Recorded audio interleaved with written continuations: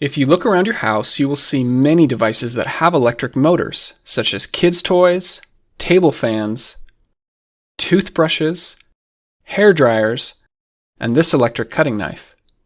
But how does the electric motor work? You turn it on and somehow it starts rotating. Why is that? In this video, we'll cover the basics of electricity and magnets, and then put it all together to understand how the motor works.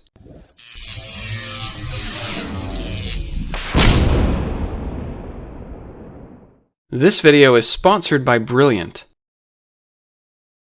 Let's start with something called a circuit. You have a battery, some wires, and a device that uses electricity such as a light bulb. Electricity flows through the circuit, but as soon as there is a break in the wire, the electricity stops flowing and the light bulb goes off. The path must be complete for the circuit to work. This is best done through the use of a switch. Electricity is flowing down the wire. This is called conventional flow. If we take the battery out and flip it, then the current will flow the other way. The light bulb will still work in either case, but there are some devices that will work differently depending on which way the current flows.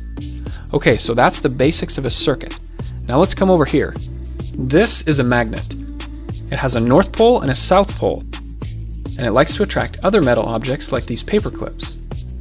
If you bring another magnet towards it, opposite poles attract, and the same poles repel. The magnets don't have to be in this shape. For example, some magnets might be more flat like this. You can think of this magnet as always on, it's always working, you can't really turn it off. That's why it's sometimes called a permanent magnet. It's made up of many smaller magnetic domains that are lined up in the same direction. But later I'll show you a type of magnet where this is not always the case. Let's take one of our permanent magnets and drill a hole in the center and put it on something that will allow it to spin. Now bring another magnet towards it. Our spinning magnet will immediately line up until opposite poles are right next to each other. Now switch out the side magnet. The same poles repel and opposite poles attract. If we keep switching out these side magnets, then our spinning magnet will just keep spinning. This concept of the spinning magnet is really important. We'll come back to it in a moment. Here's a metal bolt which is not a magnet. It's made up of magnetic domains, but they are pointing in random directions. Now let's take a wire, wrap it around several times, and then create a circuit. The current through the wires forces the magnetic domains to line up. That means we've just made a magnet, or more specifically, an electromagnet. It can do the same things that a permanent magnet can. It can pick up pieces of metal, and it has a north and a south pole which will attract or repel other magnets. But the electromagnet is special in the sense that it can be turned on or off, just like the light bulb. You can't do that with a permanent magnet. Now watch what happens when we flip the battery. The electric current was flowing this way, but now it flows the other way. This will cause the poles on our magnet to switch places. North will become south, and south will become north. This is called reversing the polarity of an electromagnet. Instead of flipping the battery, an easier way to do this is to just switch the wires. You should be aware that the electromagnet will get very hot if it's on for a while. Just a caution in case this video inspires any science projects. Let's come back to our spinning magnet. This time we'll replace the spinning magnet with our electromagnet.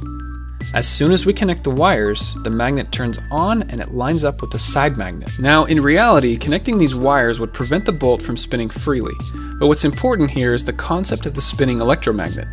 Now let's switch the wires to reverse the poles on the electromagnet. The same poles repel and opposite poles attract. Now reverse the polarity again. Same poles repel and opposite poles attract. If we keep switching the polarity, our electromagnet will just keep spinning. To make this stronger, let's bring in another permanent magnet on the side. Notice how this side has the south pole towards the center, and this side has the north pole towards the center. The side magnets work together to spin the one in the middle. This right here shows the very basics of an electric motor. But we need to make a few improvements. The two side magnets can be replaced with stronger curved magnets. And instead of a bolt with wires, we're going to use a metal loop. This is called the armature. Connect our wires and we have a circuit again. This time you can think of the electromagnet as flat like this with the south pole pointing up. Now the armature will spin until opposite poles are lined up.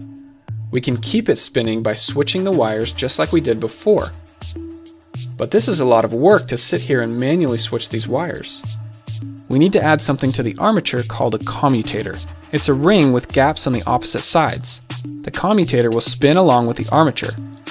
Now we connect the circuit with 2 brushes on the side. These brushes will slide along as the commutator spins, and they are spring-loaded so that they always maintain contact. The current flows from the wire, through the brush, the commutator ring, the armature loop, and back through the other side. Now we have our electromagnet and the armature spins. As we come around this time, the brushes will switch contact to the other side of the commutator ring. Remember, there's 2 brushes, so this is happening on both sides. Before the switch, the current in the armature is flowing this way. After the brushes switch sides, current will flow the other way. This means the electromagnet switches polarity, which will cause the armature to keep spinning. This commutator ring does the same thing as switching the wires like we were doing before, but this time it does it all on its own. It will continue to spin as long as we're connected to a battery. Disconnect the battery, no more electromagnet, and the spinning stops. Now so far we've only used 1 loop on the armature. This will cause our motor to have an irregular speed, and in fact, we could get stuck in this position, with the brushes halfway between commutator segments. What we can do is split the commutator ring and then add another loop. So first, the brushes are in contact with these 2 commutator segments, which turns on this electromagnet, which causes it to start spinning. Once we get to here, the brushes switch contact to the next pair of commutator segments, which means this loop turns off and the next loop turns on. Now this electromagnet wants to spin. The brushes switch contact and the next loop turns on. This keeps happening as our motor spins. It's almost like the loops will take turns being an electromagnet. Some electric motors will add many loops to the armature. This ensures that there will be a continuous spinning motion on the motor. This spinning force on the armature is called a torque. Stronger torque means a faster spin. There are some things we can do to improve the torque of the motor. Electromagnets are stronger when there are more wires. This is true when we wrap more wires around the metal bolt, and it's also true when each of our armature loops are made of many wires. The motor will have stronger electromagnets, which means it will spin faster. If you look at some pictures of real electric motors, you can see lots of wires wrapped around. And yes, this is the same reason.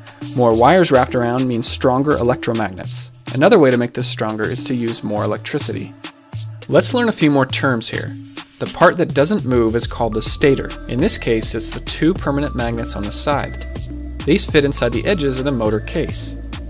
The armature in the middle is also called a rotor. Remember, this is the part that spins. The axle goes through the middle here and then sticks out the back of the motor. What I've shown you in this video is called a DC motor. If you have a device that moves and is powered by a battery, there's a good chance there's a DC motor in it. Other types of electric motors will work a little differently than what I've shown here. No matter the type of motor, most of them will produce some type of spinning motion. Once it's spinning, we can use this to make different devices move. In this case, a kid's toy. Or even a fan that cools your room. The spinning of the motor can be converted to other types of movement, such as the side-to-side motion that we see in this fan. Or how about this electric cutting knife? Each blade is going back and forth. It all starts with the spinning of the motor to turn a gear, which then pushes these 2 pieces back and forth. So hopefully this video has made a few light bulbs go off in your brain. If you like learning new things, head on over to Brilliant. This is a problem-solving website and app that focuses specifically on math and science. The idea here is that you learn by doing. Pick a topic, it starts with the basics, but gradually it gets more complex as you go. For me, I've enjoyed how you can see these concepts visually, like the area of a circle. You get to see why the equation works. The best way to learn is to do it yourself. Master the concepts by solving fun and interactive problems. And look at that, they've even got a course on electricity and magnetism. You can learn more about the concepts you've seen in this video. Brilliant is great for anybody that is curious and likes to learn new things, whether you're a student learning it for the first time or a professional who wants to keep their skills sharp. Sign up for free by going to brilliant.org/JaredOwen. The first 200 people will also get 20% off their annual premium membership.